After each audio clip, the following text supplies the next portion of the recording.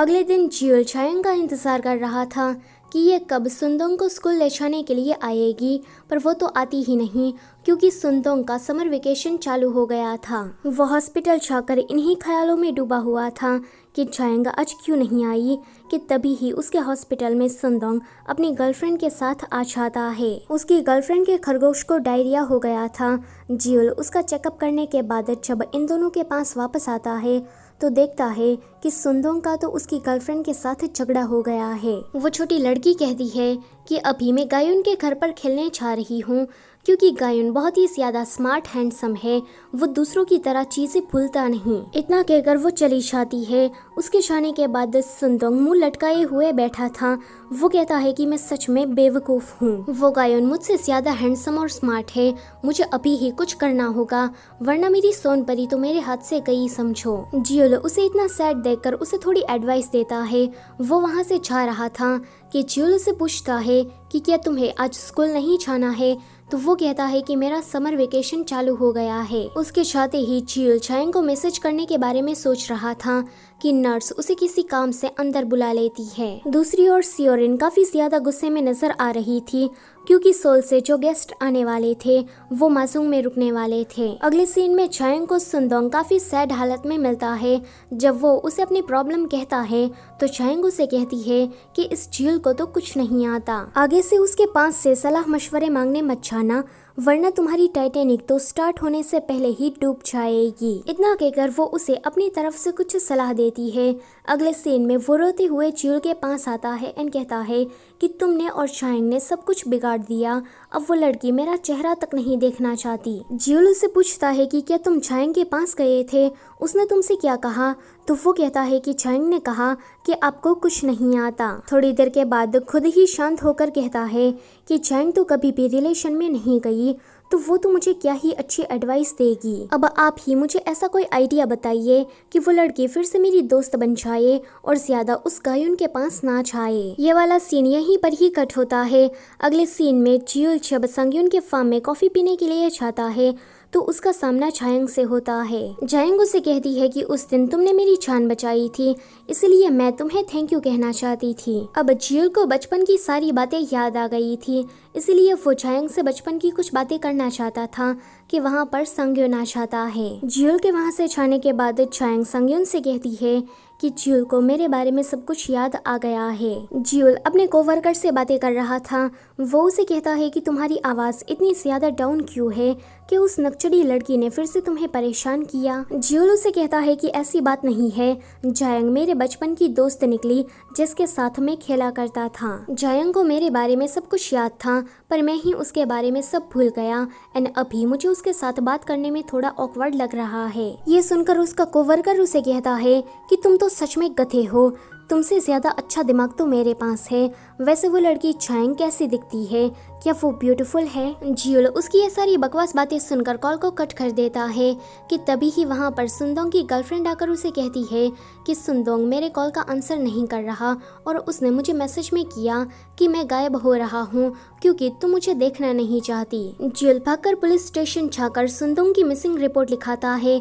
अगले सीन में सभी लोग सुंदोंग को ढूंढ रहे थे। जियोल चायंग से कहता है कि तुम्हारी उस बेकार एडवाइस के कारण ही ये सब कुछ हुआ है, तो वो कहती है कि और तुमने भी कोई अच्छी सलाह नहीं दी थी, एटलीस्ट मेरी सलाह तुमसे बेटर तो थी। ये सुनकर जियोल से कहता है कि देखो तो कौन कह रहा है, तुम तो कभी रिलेशन में भी नहीं आई, कि तुम खुद को एक्सपर्ट समझती हो। तो वो कहती है कि फिर तुम ही बताओ कि बचपन में हमारा रिलेशन कैसा था। ये सुनकर वो चुप हो जाता है। सिचुएशन थोड़ी ऑकवर्ड हो गई थी कि चीफ का चायंग को कॉल आता है कि सुंदोंग मिल गया है। आगे वो दोनों सुंदोंग को लेने के लिए उस जगह पर पहुंचते हैं तो सुंदोंग जियोल से कहता है कि थैंक यू, तुम्हारा ये आइडिया काम कर गया, अब वो लड़की मुझसे ज्यादा नाराज नहीं है। सुंदोंग को घर वापस सही सलामत छोड़ने के बाद चायंग जियोल से कहती है कि तुम्हारा ये आइडिया मुझे काफ़ी अच्छा लगा, अगर फ्यूचर में मेरा रिलेशन कभी वर्क नहीं किया तो मैं इसी आइडिया को अपनाऊंगी। जियोल उसे घूर कर देखता है तो वो कहती है कि मैं तो बस मजाक कर रही थी। इतना कहकर वो घर जाने लगती है कि जियोल उससे रोककर कहता है कि तुमने मेरे बारे में सब कुछ याद रखा पर मैं तुम्हारे बारे में भूल गया, तो इस वजह से मुझे माफ कर देना। अगले दिन चांग बहुत ही ज्यादा खुश नजर आ रही थी। वो बार बार जियोल की साइकिल को देखकर स्माइल किए जा रही थी। माजोंग वाली आंटी जियोल से मदद मांगती है कि मेरी माँ के घर में डॉगी बीमार पड़ गया है, तो तुम जरा उसे देख कर आओ। जियोल उसे मना करने वाला था क्योंकि इस आंटी ने चायांग की काफी बेइज्जती की थी। वो उसे कहता है कि मुझे यहाँ पर काफी ज्यादा काम है, तो मैं दूसरे गांव नहीं जा सकता, आप किसी और को भेज दीजिए। पर चायांग उसे कहती है कि बस 1 घंटे का ही तो रास्ता है, अब चलो भी। अगले सीन में वो दोनों उस डॉगी को ठीक करने के बाद वापस हिडोंग विलेज आ ही रहे थे कि देखते हैं कि उसकी गाड़ी का तो पंक्चर हो गया है। रिपेयर शॉप वाला उसे कहता है कि इसको ठीक करने में 2 घंटे लगेंगे, इतने टाइम में तुम दोनों यहाँ पर थोड़ा घूम लो। अगले सीन में वो बीच के पास थे। जियोल उससे कहता है कि जब मैं पहली बार गांव में आया था तब मैं यहाँ से जाना चाहता था क्योंकि कुछ भी मेरे हिसाब से नहीं चल रहा था, पर अब मुझे यहाँ पर मजा आने लगा है। आगे वो दोनों एक दूसरे के साथ काफी बातें करते हैं, यहाँ का स्ट्रीट फूड ट्राई करते हैं, यानी कि हम इसे डेट कंसिडर कर सकते हैं। जब वो दोनों वापस आते हैं तो जियोल के सामने उसकी एक्स गर्लफ्रेंड मिन खड़ी थी। मिन को देखकर चायांग वहाँ से चली जाती है। वो उसे कहता है कि तुम यहाँ क्या कर रही हो, तो मिन कहती है कि मैं तुम्हें काफी मिस कर रही थी। तभी ही सामने से उसका कोवर्कर बाहर निकलता है तो वो कहता है कि तुम दोनों यहाँ पर कर क्या रहे हो। वो मिन को साइड में ले जाकर उसे कहता है कि हमारा तो 1 साल पहले ही ब्रेकअप हो गया, तो फिर अब तुम यहाँ करने क्या आई हो और तुम इतना फ्रेंडली बिहेव क्यों कर रही हो। मिन उससे कहती है कि मैंने तुम्हें काफी ज्यादा मिस किया, इसलिए मैं तुमसे मिलने के लिए आ गई और मैं चाहती हूँ कि हम दोनों फिर से एक हो जाए। जियोल से कहता है कि अब तो ये इम्पॉसिबल है, तो वो कहती है कि मैं यहीं पर ही रुकने वाली हूँ और इस चीज को मैं पॉसिबल करके दिखाऊंगी। आगे मिन का सामान लेकर वो चायांग के घर पर आता है क्योंकि मिन चायांग के घर पर ही रुकने वाली थी। वहाँ पर वुमेन एसोसिएशन की औरतें भी थी।